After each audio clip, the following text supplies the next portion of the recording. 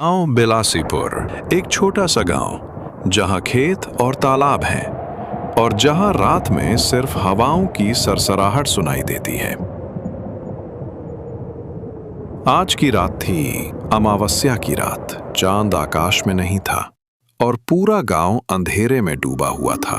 भाइयों, हमको अपने अपने घर चला जाना चाहिए क्योंकि आज अमावस्या की रात है और ये रात बहुत खतरनाक भी होती है। तुम कह तो ठीक रहे हो। चलो हम लोग अपने अपने घर चलते हैं।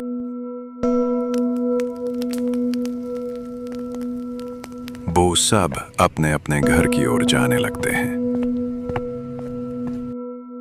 आज खेत मत जाना, अमावस्या की रात बुरी आत्माएं सक्रिय होती हैं।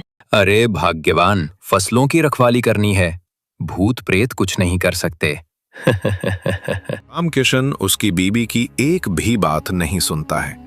वो खेतों की ओर जाने लगता है, लेकिन जैसे ही रामकिशन खेत की ओर बढ़ा, किसी ने उसकी पीठ थपथपाई, या शायद उसने खुद को देखा।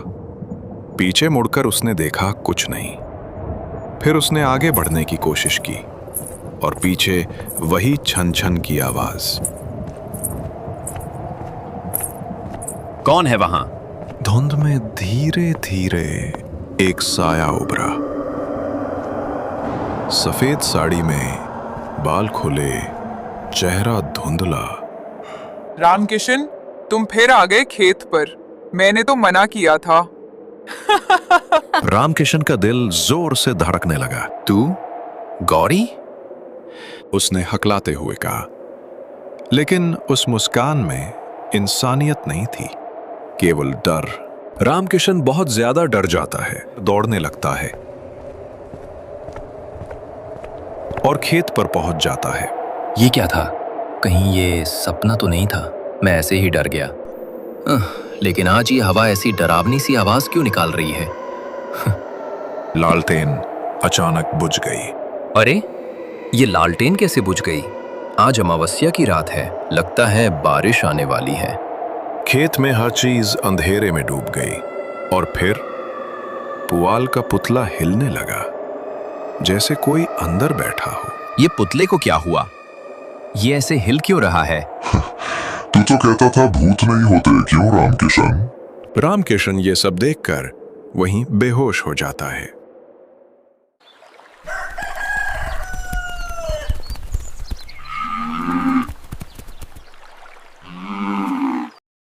मम्मी, पापा अभी तक क्यों नहीं आए? हाँ बेटी, वही तो मैं सोच रही हूँ कि अभी तक तेरे पापा क्यों नहीं आए। चलो खेतों पर चलकर देखते हैं। वो लोग और कुछ गांव के लोग खेत पर पहुंच जाते हैं, लेकिन वहां पर वो देखते हैं कि रामकिशन की मौत हो चुकी है। अमावस्या की रात के दूसरे दिन की रात गांव में एक औरत आई। रात के करीब 1 बजे वो लोगों के घरों के दरवाजे को खटखटाने लगी।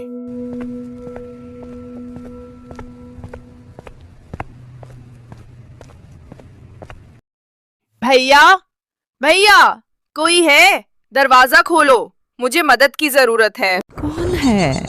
इतनी रात को कौन दरवाजे को खटखटा रहा है? अरे दादी जी, मैं हूँ कुसुम। लुक बेटा, आ रही हूँ।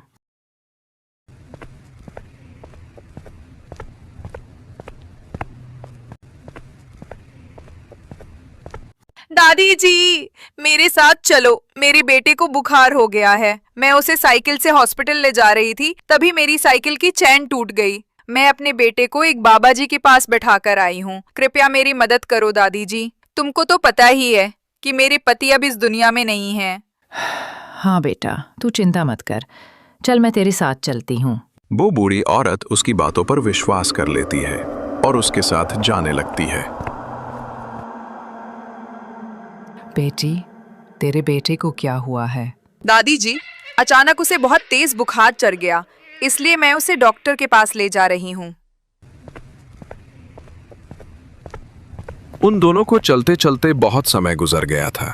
तभी दादी माँ कुसुम से पूछती हैं, अरे बेटा, कितनी दूर और जाना है? मेरे तो पैर ही दर्द करने लगे हैं। बस दादी जी, हम पहुँचने वाले हैं। वो उस बुढ़िया को शमशान घाट के पास में ले आती है। अरे बेटी, कहाँ है तेरा बेटा? और तू मुझे इन जलती चिताओं के बीच क्यों लाई है? अरे बुढ़िया, तू मेरी चाल में फंस गई। मैं कोई कुसुम नहीं हूँ। और दादी के सिर को काट देती है।